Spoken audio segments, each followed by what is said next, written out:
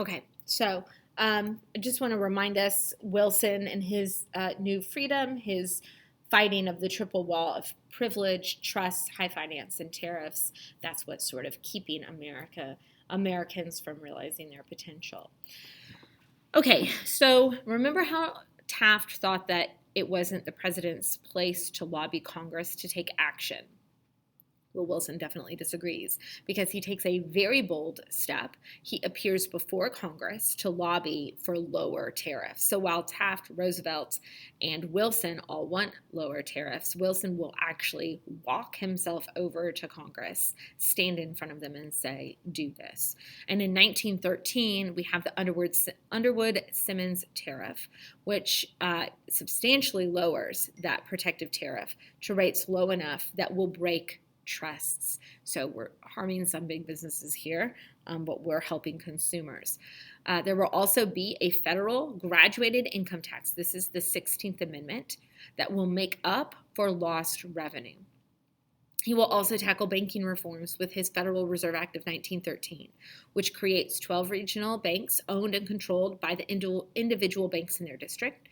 They will hold a percentage of member bank reserve assets, so they'll keep some money in the back, sort of like stock, in reserve, using the reserves to support loans to private banks at an interest rate that will be set by the federal government. Regional banks will also issue Federal Reserve notes and could quickly move money around if one area was in trouble. The system is supervised by the Federal Reserve Board, which would be a group appointed by the president. These are the regions. We're in the St. Louis region. Also, our Federal Reserve Bank, we're in 8, and ours is in St. Louis.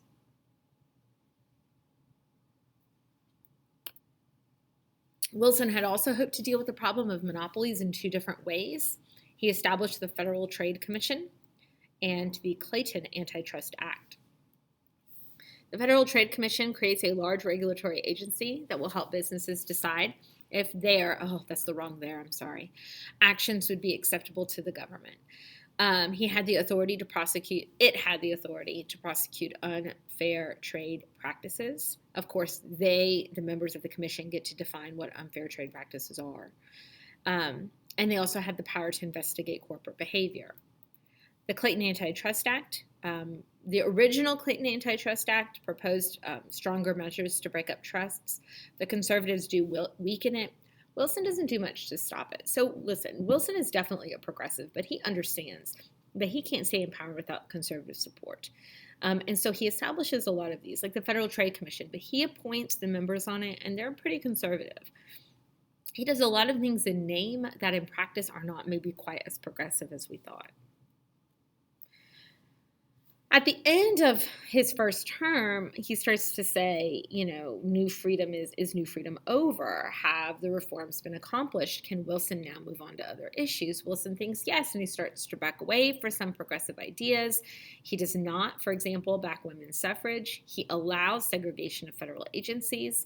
He starts to call some reform necessary, some reform unnecessary, or even unconstitutional. But the reality is, Wilson's progressive supporters in the election of 1912 moved to the Republican Party in the midterms. They abandoned him. They abandoned the Democrats. And he realizes that he needs to govern with a coalition. So he starts to re-embrace progressive policies. He appoints a progressive, Louis Brandeis, to the Supreme Court. Not only is he a progressive, he's also the first Jewish person to serve on the Supreme Court. And in 1916, he signs the Keating-Owen Act, which will prohibit the shipment of goods produced using underage labor, using the power of Congress to regulate interstate commerce. Unfortunately, the Supreme Court will call that act unconstitutional, but it will be reversed in 1941. So child labor is not banned in the United States until 1941. That's why when you're 13, you can't go get a job at Chick-fil-A, right? Even though I'm sure you're very polite. Let me know if you've got questions about anything about these progressives.